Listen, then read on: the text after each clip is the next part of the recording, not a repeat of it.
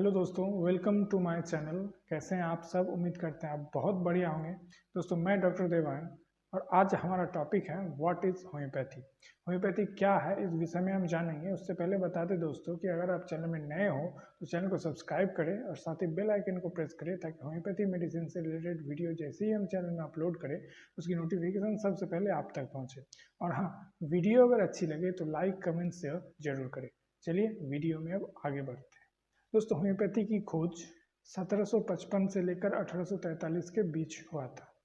लगभग 18th century के अंत में doctor Christian Friedrich Samuel Hahnemann के द्वारा, जिसे हम फादर ऑफ होम्योपैथी भी कहते हैं। तो दोस्तों, हम होम्योपैथी के बारे में जानेंगे। उससे पहले बात करेंगे होम्योपैथी के जनक डॉक्टर हैनीमैन के बारे में। दोस्तों, सर हैनीमैन का जन्म 10 अप्रैल 1755 को जर्मनी के मिसेन शहर में हुआ था। वो जिस घर में पैदा हुए थे उनका नाम था कोर्नर हाउस। इनके पिता का नाम क्रिश्चियन गॉटफ्रेड हैनीमैन था और माँ का नाम जोहाना क्रिश्चियन स्पाइसिन थी। दोस्तों, डॉक्टर हैनीमैन कुल 3 भाई बहन थे। सर हैनीमैन की शुरुआती पढ़ाई जर्मनी के मिशन शहर में लैटिन टाउन नामक स्कूल में हुआ था। कुछ साल यहाँ पढ़ाई करने के बाद वो फ्रिंसेस चले गए, जहाँ से उन्होंने अपनी स्कूलिंग कंप्लीट की। स्कूलिंग कंप्लीट करने के बाद सर हैनीमैन लिपजिंग चले गए, जहाँ से उन्होंने 1755 में लिपजिंग यूनिवर्सिटी से अपनी मेडिकल की पढ़ाई शुरू की और साथ में वो फैमिली फिजिशियन के काम भी करने लगे।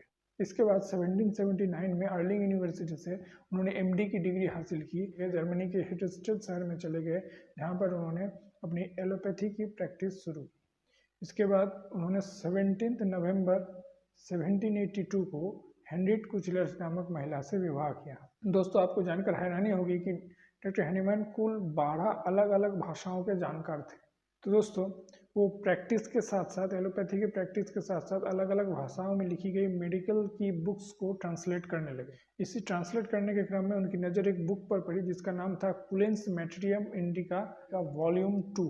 इस बुक को लिखा था डॉक्टर कुलेंस ने, जहाँ पर कई सारे मेडिसिन के बारे में लिखा हुआ था।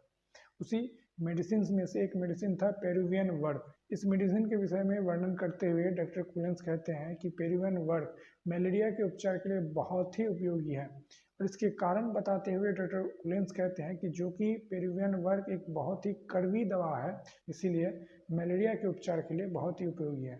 तो यही बात डॉक्टर हैनीमैन को कुछ हजम नहीं हुई। उनके मन में डाउट हुआ कि क्या किसी मेडिसिन का टेस्ट किसी बीमारी को ठीक करने में सक्षम हो सकता है।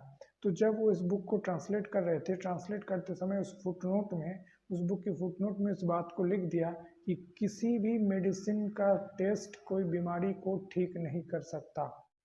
तो दोस्तों, ट्रांसलेट कंप्लीट होने के बाद वो इस पर रिसर्च करना शुरू किया। इसका प्रयोग वो सबसे पहले खुद पर किया।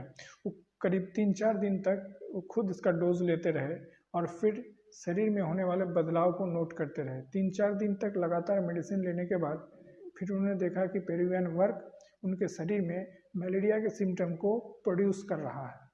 तो उन्होंने थ्योरी निकाली कि कोई बीमारी अगर किसी मेडिसिन से ठीक होता है तो वो मेडिसिन किसी स्वस्थ व्यक्ति के शरीर में उस बीमारी को प्रोड्यूस भी कर सकता है।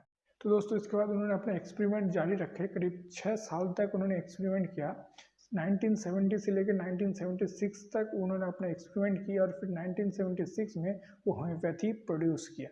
इसके बाद उन्होंने एक ऐसे भी लिखा जिसका नाम था essay a new principle for the creative power of drugs for some examination of the previous principle.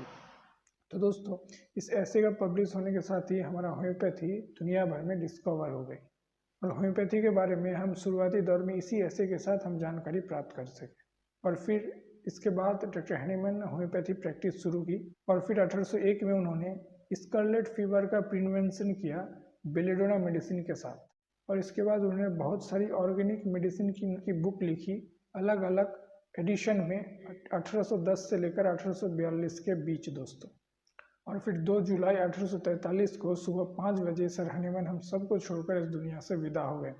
तो दोस्तों, ये थी डॉक्टर हैनीमैन की कहानी। आज के लिए बस इतना ही। फिर मिलते हैं अगले वीडियो में, तब तक के लिए धन्यवाद।